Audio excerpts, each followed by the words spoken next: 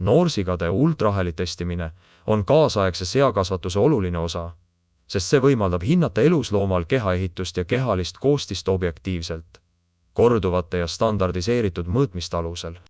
Rasv ja lihaskoega seotud tunnused on otseselt seotud nii nuumajõudluse, rümba kvaliteedi kui ka majandusliku tasuvusega. Seetõttu on nende tunnuste varajane ja täpne mõõtmine aretusotsuste tegemisel keskse tähtsusega. Testimise tähtsus ei seisne üksnes üksiku looma hindamises, vaid kogu populatsiooni geneetilise taseme kujundamises. Iga mõõtmine on osa laiemast andmestikust, mille alusel tehakse otsuseid tulevaste põlvkondade kohta. Seetõttu peab testimine olema standardiseeritud, tehniliselt korrektne ja metoodiliselt ühtlane. Käesolevas õppefilmis näidatakse noorsigade testimist Piglock 105 ultraheli seadmega ning selgitatakse samm-sammult, millised tegurid mõjutavad mõõtmise täpsust ja usaldusväärsust.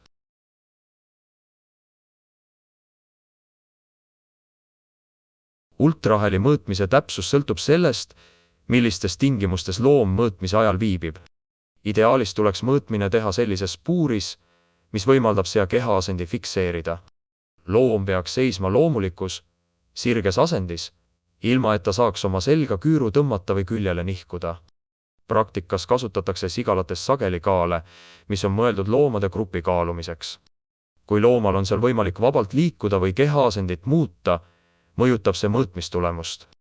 Eriti tundlik on seljalihase läbimõõt, kuna lihaskud on kokkutõmbumisvõimeline, mis võib kehaasendi muutumisel muuta oma ristlõike kuju ja suurust. Kui loom toetub vastu piiret, painutab selga või nihutab raskust ühele küljele, võib lihase läbimõõt väheneda või suureneda ilma, et tegelik lihasmass oleks muutunud. Raskud on mõõtmise suhtes vähem muutlik, kuid ka siin võib kehaasend ja surve mõjutada tulemusi. Seetõttu tuleb võimaluse korral tagada, et loom seisab 4 jalal ühtlaselt, selg on sirge ning mõõtmise ajal puudub liigne liikumine. Standardiseeritud mõõtmistingimused on eelduseks sellele, et saadud tulemused oleksid võrreldavad nii loomade vahel kui ka ajas. Ultraheli mõõtmine on tehniliselt lihtne, kuid selle usaldusväärsus sõltub suurel määral keskkonnast ja looma stabiliseerimisest.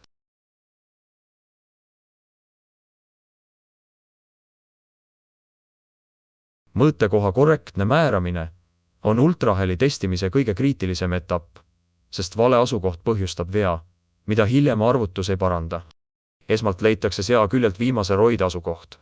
Selleks asetatakse laiali asuvad pöial ja nimetissõrm sea küljele ning tunnetatakse roide kulgu. Viimane roie on selgelt palpeeritav ning annab anatoomilise orientiiri. Pärast viimase roide leidmist libistatakse käsi mööda roide kaart selja keskjoone suunas.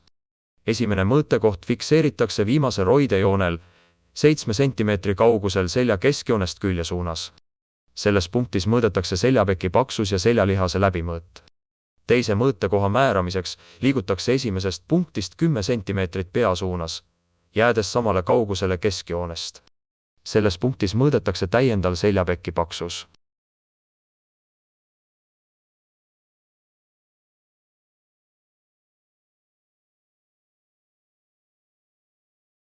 Seega, jäta meelde, leia viimase roide asukoht, mis järel libista käsi selja keskjoone suunas. Märgi esimene mõõtekoht 7 cm selja keskjoonest ja teine mõõtekoht 10 cm pea suunas.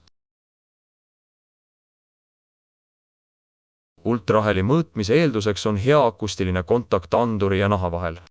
Ultrahelilained ei levi õhust tõhusalt, mistõttu isegi väga õhuke õhukiht anduri ja naha vahel põhjustab signaali olulise nõrgenemise või täieliku kadumise. Ultrahelikeel täidab selle vahe ning võimaldab helilainetel liikuda otse andurist kudedesse ja tagasi. Keeli tuleb kanda mõõtekohale piisavas koguses, et kogu anduri pind oleks kontaktis nahaga. Praktikas tähendab see ühtlast, selgelt nähtavat kihti, mis katab mõõteala. Liiga paks keelikogus võib põhjustada anduri libisemist ning raskendada stabiilse asendi hoidmist. Oluline on, et keel jaotuks ühtlaselt ning andur asetataks nahale kindla, kuid mõõduka survega, vältides nii õhutaskute teket kui ka liigset koe kokkusurumist. Ultraheli mõõtmise täpsus sõltub anduri asendist sea kehapinnal. Andur peab paiknema naha suhtes risti. Kui andur on kaldu, muutub helilaine levikutee ning mõõdetav vahemaa ei vasta enam tegelikule pekipaksusele või lihase läbimõõdule. Kaldenurk võib tekkida nii piki selga kui ka risti seljaga suunas. Isegi väike nurgamuutus võib põhjustada vea. Seetõttu tuleb andur asetada täpselt mõõtekoha kohale ning hoida see stabiilselt paigal. Oluline on ka survetugevus. Liigne surve surub nahaaluse rasvkoe kokku ja vähendab mõõdetud pekipaksust. Ebapiisav surve võib halvendada kontakti ning suurendada näitude varieeruvust.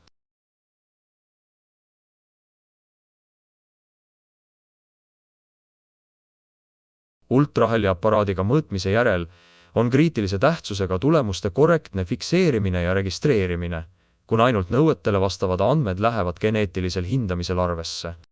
Emiku elusmass peab jääma alla 150 kilogrammi ning vanus olema 120 kuni 220 päeva. Nendest piiridest väljapoole jäävad andmed ei ole aretuslikult võrreldavad ning neid ei kasutata hindamisel. Mõõdetud pekipaksus peab jääma vahemikku 7 kuni 20 millimeetrit. Sellest väiksemad või suuremad väärtused viitavad kas mittestandardsele loomale või võimalikule mõõtmisveale. Kahe pekipaksuse mõõtmise erinevus ei tohi ületada 5 millimeetrit. Suurem erinevus viitab enamasti ebatäpsele mõõtekohale, anduri valele asendile või tehnilisele veale ning sellisel juhul tuleb mõõtmist korrata.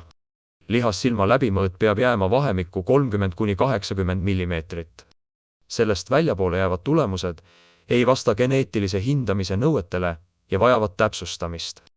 Oluline on, et kõik andmed sisestataks korrektselt ja viivitamata POSSU andmebaasi.